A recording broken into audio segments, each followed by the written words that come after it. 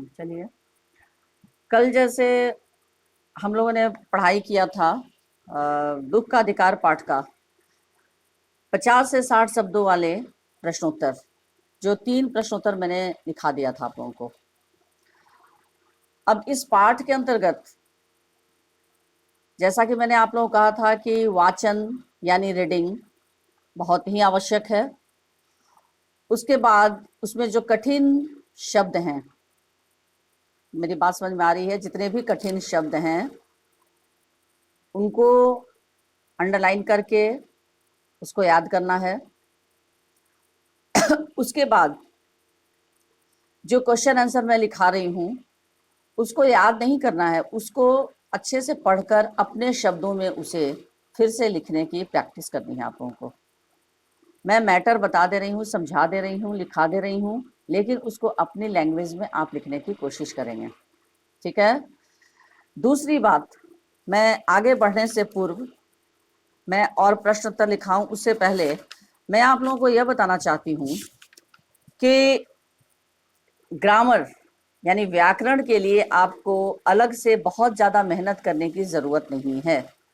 जैसा कि मैं आप लोगों को सिलेबस में लिखवा चुकी हूँ कि शब्द विचार के अंतर्गत आपके विलोम रहेंगे, पर्यायवाची रहेंगे और श्रुति समभिन्नार्थक शब्द रहेंगे, ठीक है। विलोम, पर्यायवाची और श्रुति समभिन्नार्थक शब्दों के लिए अन्यत्र कहीं जाने की आवश्यकता नहीं है। ग्रामर की किताब तो है, लेकिन पूरी तरह से आप सभी उस पर डिपेंडेंट नहीं रहेंगे। इसके लिए चैप्टर में ही जो भी शब्द हैं, आपको लगता है कि जिन शब्दों का विलोम बन सकता है, जिन शब्दों का पर्यायवाची बन सकता है, जिनका श्रुति समभिन्नार्थक बन सकता है, उसको पाठ के अंतर्गत ही आप लोग ढूंढेंगे और ढूंढकर कॉपी में लिखेंगे। ये मेरी बात सबको समझ में आई? हाँ, बताइए। हाँ, अब जैसे मैं उदाहरण के तौर पे आप लोग को बता रही हूँ, देखिए, ध्यान से देखिए, चैप्टर को खोल के रखिए, किताब खोलिए आप लोग, दुख का अधिकार पाठ। और अब मैं इसमें बता रही हूँ कि कैसे हम लोग ढूंढेंगे कि किन शब्दों का विलोम बन सकता है, किन का पर्यायवाची बन सकता है। तो आप चैप्टर को खोलिए, दुख का अधिकार पाठ खोलिए और साथ ही साथ कॉपी में भी लिखिए ऊपर पाठ का नाम, आज का डेट दीजिए और ऊपर में लिख लीजिए, हेडिंग में कैप्शन लिख लीजिए विलोम शब्द। अब मैं बता रही हूँ कि कैसे विलोम हमें ढूंढना है इस पाठ से, ठीक है। क्योंकि देखो बच्चों, कोई भी प्रश्न आपके पाठ पुस्तक से ही आता है। यदि पाठ आपको जानकारी रहेगी कि हाँ, इस पाठ में ये शब्द दिया हुआ है विलोम के अंतर्गत, या इस शब्द का विलोम बन सकता है, इस शब्द का पर्यायवाची बन सकता है, तो आप उसको लिख लें, ठीक है। आपने लिख लिया पाठ का नाम दुख का अधिकार, आज का डेट आपने दे दिया, हाँ, 17/4/2021। अब देखिए, यहाँ पर विलोम भी आपने कैप्शन ऊपर लिख लिया, विलोम शब्द। अब देखिए किस तरह से किन किन शब्दों का बन सकता है विलोम।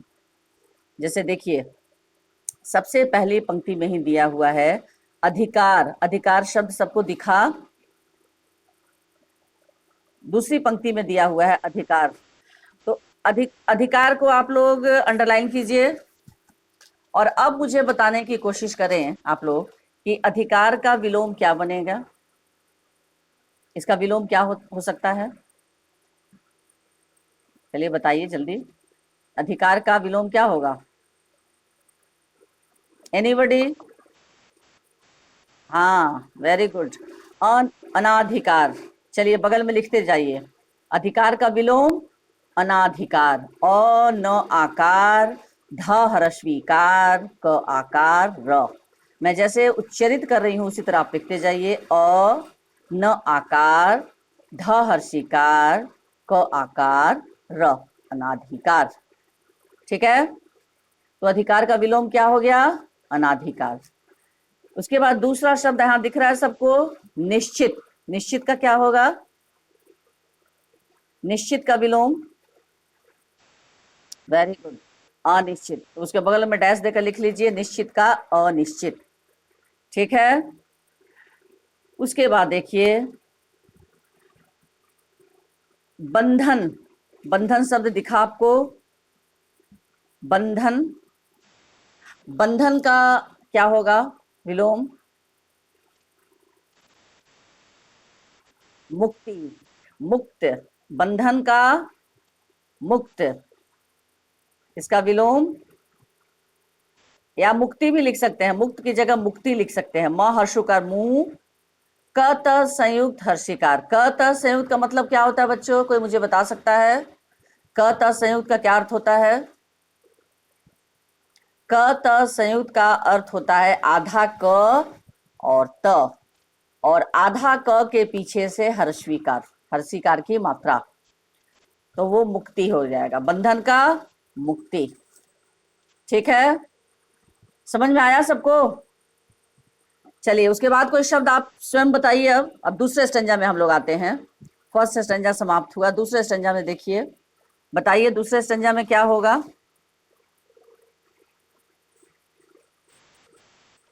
हाँ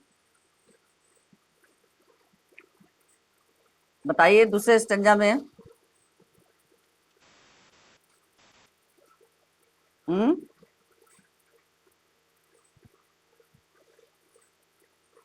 दूसरे स्टंजा में क्या होगा? बोलो बोलो, घबराओ नहीं, बोलो। समीप, समीप, समीप का पहले समीप का क्या होगा विलोम? दूर, वेरी गुड। समीप का विलोम होगा दूर। ठीक है, उसके बाद बिक्री, बिक्री का क्या होगा? खरीदारी, खरीदी नहीं, खरीदारी, बिक्री का खरीदारी, ख र दीर्घ का री, द का दा, र दीर्घ का री, खरीदारी। उसके बाद चलिए नेक्स्ट, नेक्स्ट पेज में आइए। घृणा, घृणा शब्द दिखा आपको, घृणा, घृणा का क्या होगा? घृणा का विलोम प्रेम, नफरत का प्यार होता है बच्चों, घृणा का प्रेम होगा, प्रेम। ठीक है, उसके बाद फिर हम लोग आगे बढ़ते हैं। ईमान, ईमान शब्द का क्या अर्थ होगा? ईमान, ईमान का विलोम, ईमान का, हाँ ईमान का विलोम बेईमान। चलिए लिखते जाइए, बैठिए नहीं, लिखते जाइए सभी लोग। ईमान का बेईमान। धर्म का, धर्म, धर्म शब्द का, यस हाँ, धर्म का, वेरी गुड, धर्म का अधर्म, धर्म का अधर्म। उसके बाद फिर उसके बाद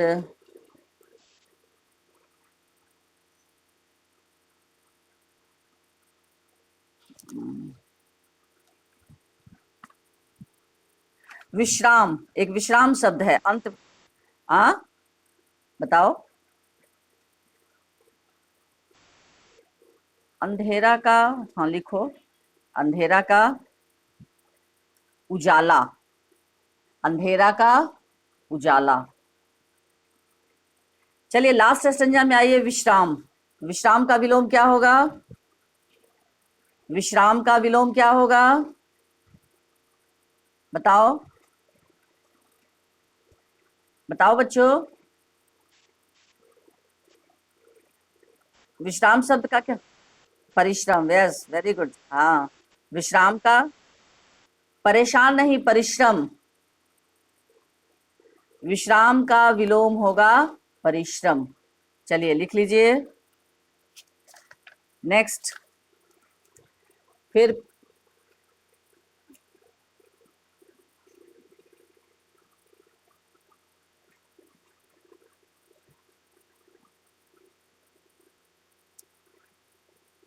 उसके बाद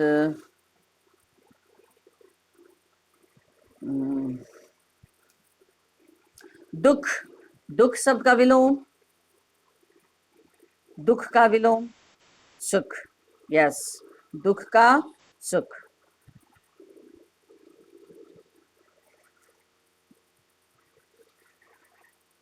इसी तरह से अब आप, ये तो हो गया विलोम, हो गया ना। अब आप ढूंढिए, एक और शब्द है गम। गम का क्या होगा विलोम बच्चों? खुशी। गम का विलोम खुशी। Very good. विष, विष शब्द का विलोम अमृत। यस, विष का अमृत। ठीक है, तो बहुत सारे विलोम शब्द हो गए आपके इस पाठ से, है ना? हो गए कि नहीं? कितने हुए कुल? कितने हुए? कितने हुए? 12। यस। कौन कौन शब्द हुए जरा फिर से कोई एक बच्चा बताते जाओ। हाँ, सब लोग मिलाते जाओ। हाँ। यस। हाँ। दूर, वेरी गुड। हाँ। हाँ। प्रेम, yes. Yes. Yes, very good. हाँ। सुख, खुशी।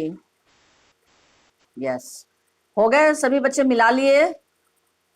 सभी बच्चे मिला लिए विलोम शब्दों को? यस। कुल कितने हो गए? 13, 13। यस। नेक्स्ट, अब आप इसी तरह से नेक्स्ट कैप्शन लिखिए, पर्यायवाची शब्द। ये तो हो गए विलोम शब्द इस पाठ के। अब ढूंढ कर लिखिए, ऊपर में हेडिंग डाल दीजिए पर्यायवाची शब्द। क्योंकि देखो बच्चों, आपके पाठ से ही आएंगे, व्याकरण में जो भी प्रश्न आते हैं पाठ से ही पूछे जाते हैं। पूछे जाएं या ना पूछे जाएं, यू शुड नो। आपको आना चाहिए, आपको जानना चाहिए कि हमारा ये पाठ है। इस पाठ से कभी भी कोई हमसे पूछ सकता है कि बच्चों जरा इस शब्द का अर्थ बताओ। आपको अर्थ कंठस्थ होना चाहिए, जानकारी होनी चाहिए। कोई अचानक पूछ दे कि चलो इस शब्द का विलोम क्या होगा, तो देखिए बच्चे, हम लोगों का उद्देश्य पढ़ाई का, शिक्षण का उद्देश्य ये नहीं होना चाहिए। तो है ही कि हमारा मार्क्स बढ़िया आए, हम अच्छे नंबरों से अव्वल हों, कक्षा में प्रथम हो, सेकंड हो, तृतीय हो, ये भी एक टारगेट होना चाहिए। इसके साथ ये भी होना चाहिए कि हमारा मार्क्स बढ़िया आए। मार्क्स के साथ साथ, नंबर के साथ साथ, हमारा उद्देश्य पढ़ाई का ये भी होना चाहिए कि हम अपडेट रहें, यानी हमारी जानकारी जो है वो एकदम अपडेट रहे।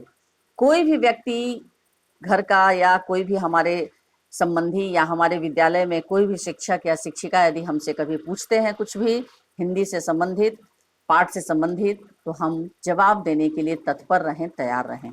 हमें सोचना ना पड़े या मुंह बंद करके खड़ा ना रहना पड़े, कुछ ना कुछ हम जवाब अवश्य दें। तो हमारी तैयारी ऐसी होनी चाहिए। ठीक है, मेरी बात समझ में आ रही है बच्चों? चूंकि हिंदी हमारी मातृभाषा है, इसमें हम बोलते हैं, समझते हैं, लिखते हैं, पढ़ते हैं।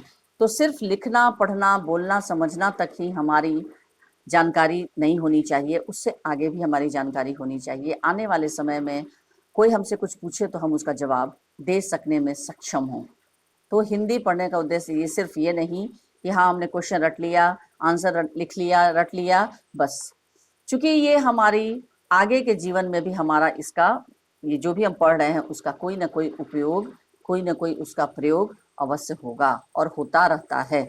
ठीक है, अब हम लोग इस पर पर्यायवाची शब्दों पर बात कर रहे थे। ठीक है, सबसे पहला शब्द है मनुष्य। मनुष्य शब्द को ही लिखिए आप। और मनुष्य शब्द का पर्यायवाची क्या क्या बन सकता है, 1 बाय 1 बोलेंगे, एक साथ नहीं बोलेंगे। मानव, उसके बाद इंसान, मनुज, वेरी गुड। नर, हाँ, वेरी गुड। नर, मनुष्य, मानव, मनुज, 4 हो गए। सभी बच्चे ध्यान से सुन रहे हैं, लिखते चलो। मनुष्य शब्द का पर्यायवाची 4 बच्चों ने 4 शब्द बताया। 4 आप लोगों ने बताया, नर, मानव, मनुज, और एक क्या बताया? इंसान। हाँ, हो गया, सभी बच्चे लिख लिए? किसी का माइक ऑन है, माइक ऑफ करो। जवाब देने के वक्त ही माइक आप खोलेंगे। चलिए नेक्स्ट, अब शब्द है, हाँ, पोशाक। पोशाक का पर्यायवाची क्या हो सकता है?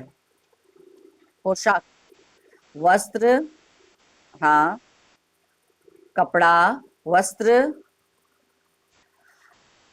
यस, अंबर, वेरी गुड। वस्त्र, कपड़ा, अंबर, पहनावा भी होगा, हाँ, पहनावा भी होगा, वेरी गुड। 4 हो गए। सभी बच्चे चारों शब्दों को लिख लीजिए, चारों पर्यायवाची शब्द। बच्चे बोल रहे हैं उनको सुनिए, कुछ मैं भी बता रही हूँ उसको लिखिए, कुछ अपने दिमाग से भी लिखिए। पोशाक का वस्त्र, पहनावा, अंबर और कपड़ा। कपड़ा, ठीक है, हो गया, चारों लिख लिए सभी बच्चे। नेक्स्ट, आगे हम लोग बढ़ते हैं। अड़चन। अड़चन का क्या होगा पर्यायवाची? हाँ, अड़चन का, हाँ हाँ, सुनो, बाधा, लिखते चलो। अड़चन का बाधा, कौमा, विघ्न, वह ह्रस्वीकार घ न संयुक्त। घ न संयुक्त का अर्थ होता है आधा घ न, विघ्न। आप जैसे बच्चे क्या बोलते हैं, वह हर्षिकार घ आधा घ न, नहीं बच्चों, इस तरह से हिंदी का हिज्जे के साथ उच्चारण सर्वथा अनुचित है। विघ्न हम कैसे बोलेंगे? वह ह्रस्वीकार घ न संयुक्त। घ न संयुक्त बोलने के साथ ही यह जानकारी होनी चाहिए कि पहला वर्ण आधा होता है, ठीक है। तो अड़चन का हो जाएगा विघ्न, बाधा, रुकावट भी होता है बच्चों, रुकावट। विघ्न, बाधा नहीं बेटा, कठिनाई तो परेशानी का वो अलग हो जाएगा। अड़चन, अड़चन यानी ऑब्स्टेकल जिसको कहते हैं। बाधा, विघ्न, रुकावट, ठीक है, लिख लिए सभी बच्चे। नेक्स्ट शब्द है, दूसरा शब्द वायु। दिख रहा है, जैसे वायु की लहरें कटी हुई पतंग को सहसा भूमि पर नहीं गिर जाने देती। यहाँ वायु दिखा। वायु, वायु का क्या क्या होगा बोलते जाइए।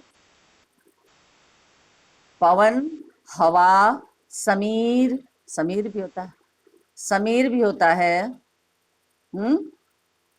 पवन, हवा, अनिल, हाँ, अनिल भी होता है। पवन, समीर, हवा और अनिल, अ न हर्षिका नील, अनिल, हो गया। उसके बाद भूमि। भूमि, भूमि शब्द का भी पर्यायवाची बताइए। धरती, धरा, वसुधा, भू, जमीन, बहुत सारे शब्द होते हैं। हाँ, अचला, यस, पृथ्वी, पृथ्वी भी होता है, हाँ, पृथ्वी, भूमि, अचला, बहुत सारे शब्द हैं बच्चों, लिखते जाइए। चलिए फिर आगे हम लोग बढ़ते हैं। इसके बाद फिर आगे हम लोग बढ़ते हैं। औरत। औरत शब्द का भी पर्यायवाची होता है, क्या होता है बताइए। स्त्री, नारी, वेरी गुड, स्त्री, नारी, हाँ, महिला भी होता है, हाँ, ठीक है, महिला, स्त्री, नारी, महिला। और कोई एक शब्द बताइए, क्या जानकारी है या मैं बताऊं? वनिता। वनिता भी होता है, व न हर्षिका नी त कता, वनिता, ठीक है, हो गए। कितने शब्द हो गए? 4 हो गए। चलिए, वेरी गुड। हाँ, फिर अब हम लोग दूसरे इधर बढ़ते हैं। ऐसे शब्द जिनका हो सकता है, ऐसा नहीं कि उठ पटांग हम लोग कोई भी शब्द लिख दें और जिसका नहीं होता हो तो। अंधेरा, हाँ लिखो, हाँ, घर का लिखो, घर, गृह, गृह, हाँ, आलय, यस, वेरी गुड, आलय, घर, और सदन, वेरी गुड, निवास, भवन भी होता है, सदन भी होता है, घर भी होता है, गृह भी होता है, आलय। फटाफट लिखते चलिए, जल्दी जल्दी कॉमा देकर लिखते चलिए। सदन, आलय, भवन, है ना। चलिए फिर,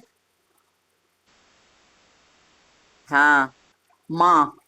माँ का पर्यायवाची लिखिए, जननी। हाँ, माता। हाँ, माता, जननी।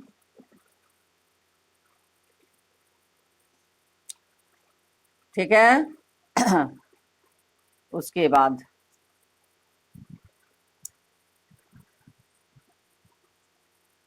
सांप। सांप का भी होता है, पर्यायवाची होता है ना। सर्प। यस, सर्प। भुजंग। उसके बाद हम्म, यस, विषधर भी होता है, अही भी होता है, ह ह्रस्वीकार होगा। ठीक है, वेरी गुड। नाग तो वो एक अलग प्रजाति हो गई सांप की। सर्प, सांप का सर्प, अही, भुजंग।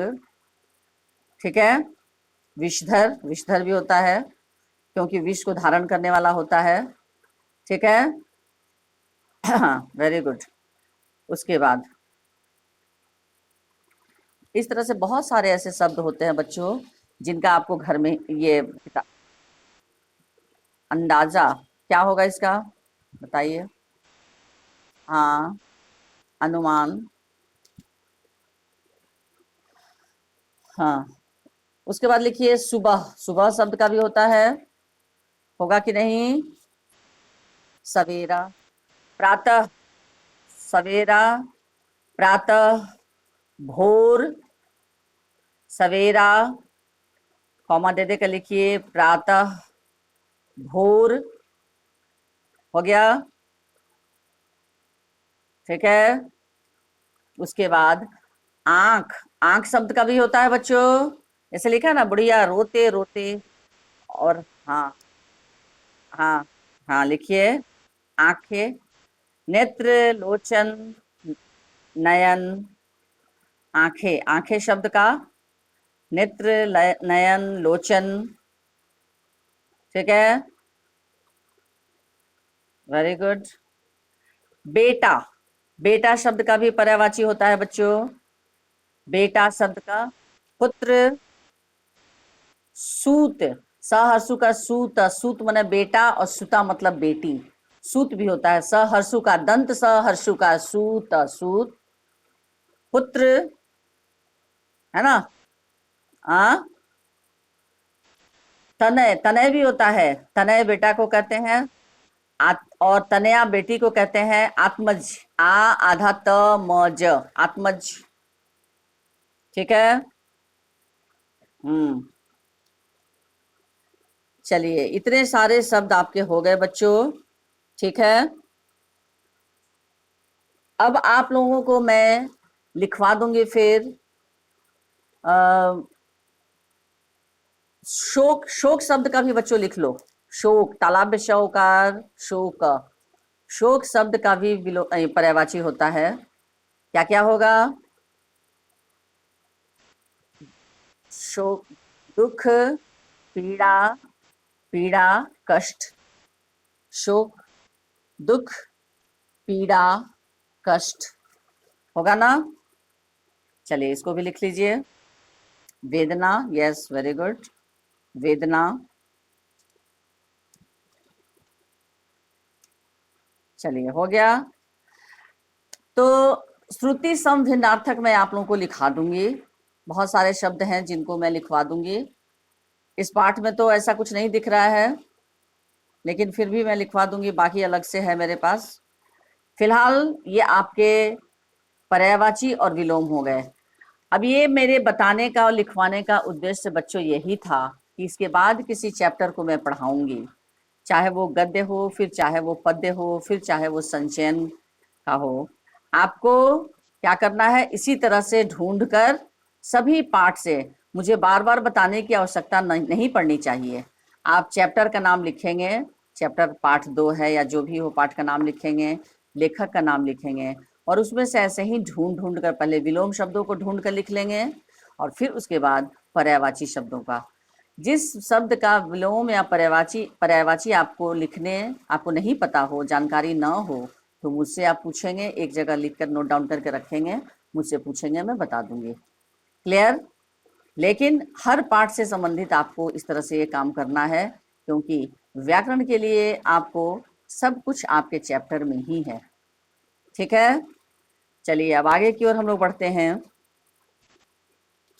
देखो बच्चों, आपको किताब में पीछे दिया हुआ है, क्वेश्चन नंबर 2 में दिया है, निम्नलिखित शब्दों के पर्याय लिखिए। पर्याय का मतलब क्या होता है? पर्याय, हाँ हाँ, पर्यायवाची। ईमान का यहाँ लिखा हुआ है, ईमान का पर्यायवाची क्या होगा? यस, जमीर। ईमानदारी, ईमान का मतलब यहाँ मुख्य रूप से होगा जमीर। ज के नीचे नुक्ता होगा, लिख लीजिए, कॉपी में लिख लीजिए, जमीर शब्द को लिखिए। पर्यायवाची जहां पे आपने लिखा है ना सब शब्द, वहीं लिख लीजिए। ये पर्यायवाची, जहां पर्यायवाची आपने लिखा है शब्द वहीं लिख लीजिए ईमान, और उसका लिख लीजिए बगल में जमीर। ज के नीचे नुक्ता होगा, म दीर्घिकार मीर, जमीर। इज्जत भी हो जाएगा, ईमान का इज्जत, छोटी ई, ज संयुक्त त, इज्जत। ठीक है। बदन, बदन शब्द का भी बच्चों छूट गया था, बदन का भी पर्यायवाची होता है, क्या होगा? शरीर। यस, हाँ, तन, काया, शरीर, देह। वेरी गुड, इसको भी लिख लीजिए आप लोग कॉपी में एक जगह ही, बदन का शरीर, तन, काया, देह। अंदाजा का, अंदाजा शब्द भी है, अनुमान, अनुमान। ठीक है, अंदाजा का अनुमान। Very good. बेचैनी का, चिंतित, परेशान, बेचैनी का परेशानी, आकुल, आ कह शुकर कुल, आकुल, परेशानी। व्याकुल और आकुल इज द सेम थिंग, परेशानी, आकुल। ठीक है। गम, हाँ अधीरता भी होगा बेटा, अध दीर्घ का धी, रता, अध दीर्घ का धी, रता, अधीरता। ये 3 शब्द हो गए आपके बेचैनी के, इसको भी कॉपी में आप लिख लें। गम, दुख, कष्ट, ये आप लोगों ने लिखा था, गम का, दुख, हाँ, वह हर्षी कर वी, मूर्धन्य श आकार द, विषाद, पीड़ा, हाँ नहीं अफसोस नहीं होगा बेटा, शोक होगा, शोक, शोक।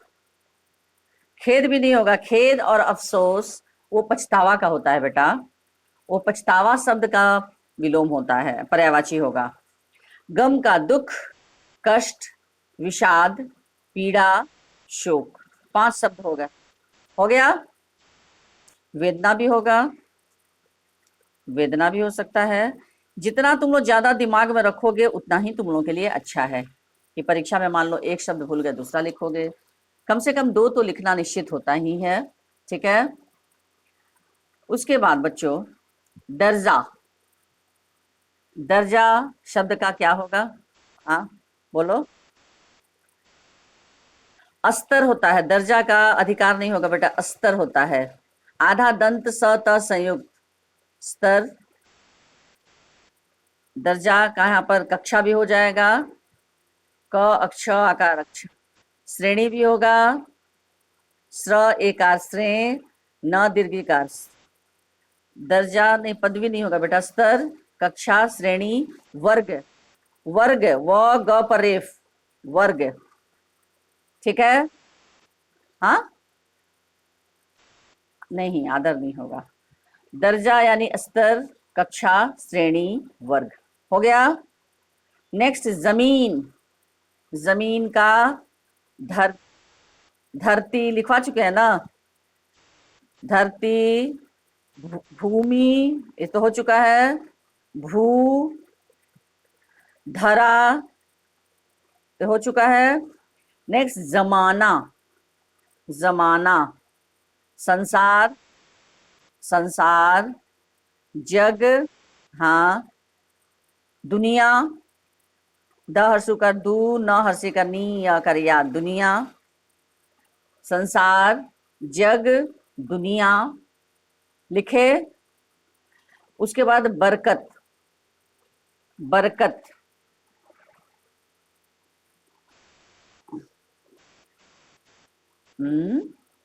बरकत होना यानी संपन्न, लाभ होगा, लाभ लिख सकते हो, बरकत होना यानी लाभ, वृद्धि, वृद्धि भी होगा। व, व्री, व के नीचे व्री की मात्रा व्री, द ध संयुक्त हर्षिकार, द के नीचे ध हर्षिकार, लाभ, वृद्धि, बरकत का अर्थ होता है।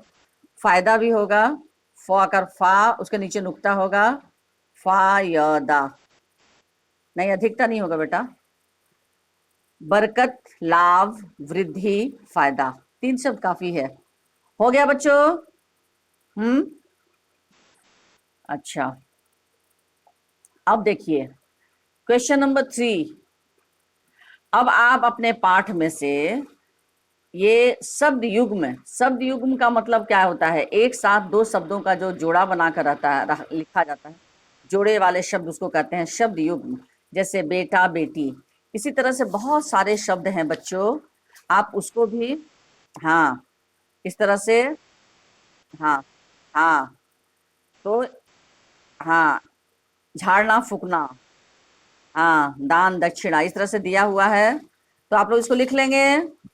हाँ, हाँ, तो इसको इसको लिख लीजिएगा, चुनी, भूसी, सब, हाँ, छन्नी, ककना, चुनी, भूसी, ये सब दिया हुआ है, दान, दक्षिणा, आपके इस पाठ में बहुत सारे शब्द हैं।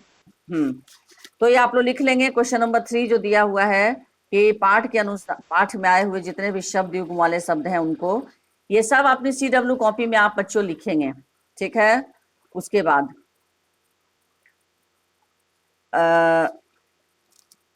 अब जो मैं प्रश्न लिखवा रही थी, शब्दार्थ तो एकदम कंठस्थ होना चाहिए, शब्द और अर्थ दोनों, ठीक है।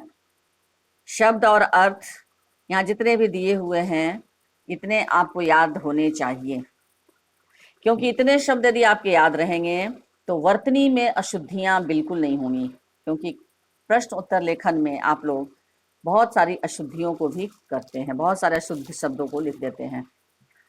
चलिए अब आगे हम लोग बढ़ते हैं। प्रश्न जो कल मैंने लिखवाया था 50 से 60 शब्दों वाले, उसमें 3 प्रश्न का उत्तर मैं लिखा चुकी थी। ओके, लेखक ने बुढ़िया के दुख का अंदाजा कैसे लगाया, ये भी हो गया था। हाँ, question number 5 is very important. ये प्रश्न अक्सर परीक्षा में पूछा जाता है। इस पाठ का शीर्षक दुख का अधिकार कहाँ तक सार्थक है, स्पष्ट कीजिए। और मैं बच्चों आप लोगों को बता दूं, जितने भी आपके अभी पद्य, पद्य यानी कविता, सभी कविताओं के भावार्थ कहिए या प्रतिपाद्य कहिए या सारांश कहिए या मूल भाव, ये अक्सर परीक्षा में पूछे जाते हैं, ठीक है। वो आपको तो मैं करा ही दूंगी। दूसरा, कोई भी शीर्षक जो होता है सोच समझ कर लेखक या जो कथाकार है उस शीर्षक को लिखता है, देता है। तो किसी भी कहानी का जब हम शीर्षक, टाइटल लिखते हैं या उसको पढ़ते हैं, तो जरूर उसमें कोई ना कोई पूरे पाठ का भाव, पूरे पाठ का निचोड़, पूरे पाठ का सारांश उस एक शीर्षक में छिपा होता है। पूरा शीर्षक पढ़ने से ही समझ में आ जाता है कि इस पाठ का मुख्य सारांश क्या है।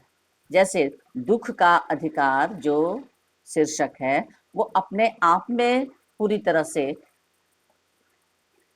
सक्षम है, सारे अर्थ को, सारे पाठ के निचोड़ को अपने आप में वो बयान करता हुआ ये शीर्षक ही बता देता है, दुख का अधिकार। यानी दुख मनाने का अधिकार क्या हमारे समाज में सिर्फ पैसे वाले लोगों को ही है, गरीबों को नहीं है। क्या ऐसी बात है? नहीं। लेकिन इस पाठ को पढ़कर बच्चों ऐसा लगता है कि दुख मनाने का अधिकार हमारे समाज में सिर्फ और सिर्फ अमीरों को ही है, गरीबों को नहीं है।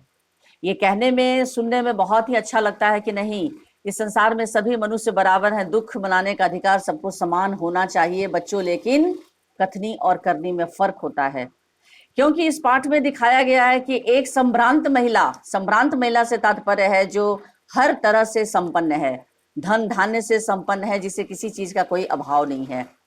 उस वृद्धा महिला के भी जवान बेटे की मृत्यु हो जाती है, और एक ऐसी वृद्धा महिला जिसके भी जवान बेटे की मृत्यु होती है, जिसका नाम भगवाना रहता है। लेकिन ये वृद्धा अपने बेटे की मृत्यु के दूसरे दिन ही बाजार चली आती है। क्यों? क्योंकि उसके पास अपनी पुत्र वधू यानी अपने बेटे की पत्नी के इलाज के लिए पैसे नहीं है, वो बुखार से तप रही है, उसके छोटे छोटे बच्चे हैं भगवाना के जो भूख से बिलबिला रहे हैं, लेकिन इस बुढ़िया स्त्री के पास, भगवाना की माँ के पास पर्याप्त पैसे नहीं हैं कि वो अपने पोते पोतियों का पेट भर सके। परिणाम क्या होता है कि उसके बेटे की मृत्यु के दूसरे दिन ही उसे बाजार में आना पड़ता है खरबूजे बेचने, जिस खरबूजे को तोड़कर उसके बेटे ने रखा था। लेकिन अचानक सांप ने उसे डस लिया, जिसके कारण उसकी मृत्यु हो जाती है। तो इसलिए बच्चों, हमारे समाज में अभी भी ऊंच नीच और अमीरी गरीबी की सीमा रेखा जो है वो बनी हुई है। इस सीमा रेखा को गरीब आज तक लांघ नहीं पाया है, ठीक है।